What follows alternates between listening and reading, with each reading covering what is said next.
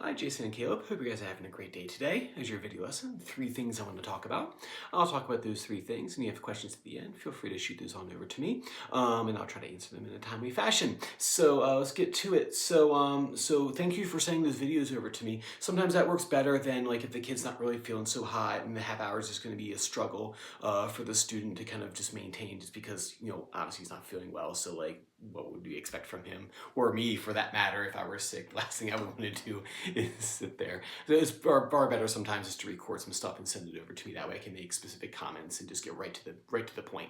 So like I said, great work, and especially for him not feeling too hot. I can see he had the sniffles and everything. So fingers crossed he feels better by Sunday. Just load him full of vitamins and Gatorade and all kinds of electrolytes and things. So all right, so I'll go down my list. So first thing is perpetual motion.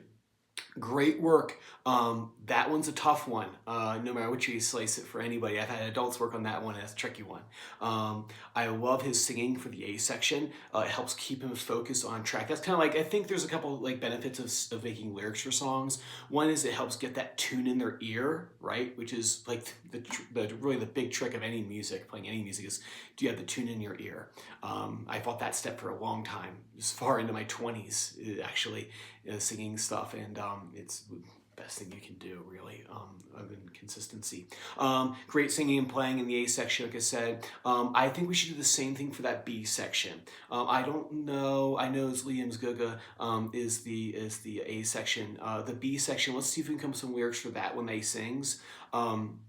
He's working really hard on the memory of that part. Like I said, that part's just hard. When you're working on the B section, don't even sweat the A. I wouldn't even work on the A section, right? So when they sit down to practice, okay, let's just go right to the B section. The more things you put in front, this is like actually an issue as kids go through the series, is like, say for example, like this one here I'm working on, right? It's like 6 pages long. If I start from the beginning every single time and like go through the A section, B section, by the time I get to C, I'm exhausted working on things. So when I'm actually practicing pieces, especially in the higher books, which he'll obviously get to, if you're always starting from the beginning, you're just exhausted by the time you get to the end. So what I recommend doing is like, hey, let's not even worry about the Liam's Guga part. Let's work on the high part right here.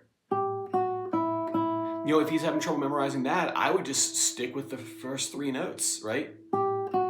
First 3 unique notes, that is. So G, F, G, F sharp, E, and just worry about that right there, right? And then okay, let's come up with lyrics for that part. Liam's cousin is blah blah blah, whatever he wants to make it to be. But when you're working on a lengthy piece like this, don't even worry about the A section, right? When he's practicing the B, just go right to the B. Like if he starts playing A, like, hey, no, that sounds great. I'm really happy with how that is. Let's work on B. So, and also too, it helps him. It helps. The other benefit is that if something does happen in performance, if they're so used to starting from A all the time, when they get to B and have a memory slip, then like what's going to happen is they're going to go back to A because they're not used to starting in B. So it gets you used to starting in weird spots. You will get pushback from that. I'm almost certain of that because it happens every time. So, but he'll just get with the program and go, okay, we're starting from B. Don't even worry about the A. It's not even worth practicing right now because we're already really great at it. For Allegretto, great on focusing on the dynamics and really good sense of musical direction. I can hear that he hears the melody. What I would focus on this one is his sitting position. My back hurts looking at it. Not to make fun, but like if you look at me in my chair right now, this is like optimal for me. Is I'm sitting on the edge of the chair. When I see him, so he's kind of like back in the chair and kind of like scooching forward. Like the reason why he's arching his back is he has to, right? If he's sitting back like this and you ask me to play, guess what I gotta do, right? I'm gonna arch forward like this. This is like what I'm gonna do. Sitting on the edge of that chair. So some of his practice is like literally straight up might be sitting on the edge of the chair. And that is not a knock at anything, right? Or like, oh, he's working in a sitting position. That's not cool. That's what freshmen at college work on, is they work on their posture, right? Because if they didn't do it when they were younger, they work on it in college, or say if he's taking, auditing, say if he becomes he's a pre-med and pre-lawyer or pre-astronaut, and he's taking non-major guitar lessons, or at the university, that's what they would do. They would go, hey, Caleb, stop for a second. Let's work on your posture and positioning. I've seen plenty of times, even in graduate school, Ricardo did the same thing to me. He's like, okay, let's work on your posture. I would be playing and he would walk behind me and like, put his hand on my back or put his hand on my shoulder because I was doing all kinds of wacky stuff that I kind of picked up over the years. So part of their practice might be just like, dude, just sit in your chair, right? That might be the practice, because that is something that people will look at later on, and when they're assessing the whole package, it's not just how well can you play the melody, but how comfortable can you play it, and B, are you going to hurt yourself while you're doing it, or in the long run hurt yourself? If you watch the pictures of Glenn Gould, he's like hunched over this thing, and that guy had a lot of issues going on. So I'm not sure if I use him as a model for like, I would use him as a model as like how to be an awesome like music, like phrasing music and being a scholar. But I look at the pictures of Glenn Gould playing, and it's like, oh man, my back. But like I said, he had a lot of issues, personal issues going on that back then they didn't address. They kind of just like let it go because he was making everyone money. So anyway, sorry talking about that. Classical dynamics, lots of possibilities, but we could just go to just normal idiosyncratic things of classical music, things that it just does.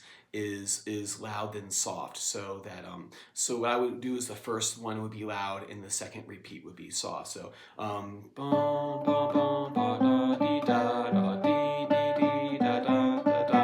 And then we have the bum, bum, bum, bum, bum. Like I said, I would even like just make it like what I would do first is have him play it loud and just that's it. Like say, hey, today's practice is we're gonna play the first part of Allegretto loud. That's it. Next day you come in and go, hey, let's try playing Allegretto soft. Because if he's like in his loud, soft, you better for him to go, hey, we're just playing loud and everything's gonna be loud. And then, oh, let's play soft, everything's gonna be soft. And then, hey, remember how last 2 days you did play loud and soft? Let's pair those together so you do one loud and soft. So that way he's not getting like, too many things all at once, right? Because that's the danger in this thing, is that there's so much to work on that it's easy to kind of like, oh my God, I have to do everything. For him, one practice session that might last 3 minutes might be, hey, let's just play Allegretto loud. Hey, tomorrow, let's play Allegretto soft. Hey, today, let's switch between those two things. And then point number 3 was Song of the Wind. I like the fact that he's keeping his music out and he's really, really interested in reading music. What I would do to kind of get away from like, because some kids get so excited about it that they'll want to read the music.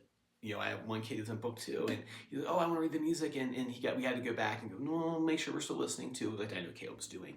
But what I would do for note reading to make sure like we didn't get too carried away with like him trying to read all his pieces, is I would take the music and then photocopy it and then cut little cells out. Be like, oh, like here's a little music puzzle. Do you know what that's from? And like it might be like 3 notes long, right? It literally might be like,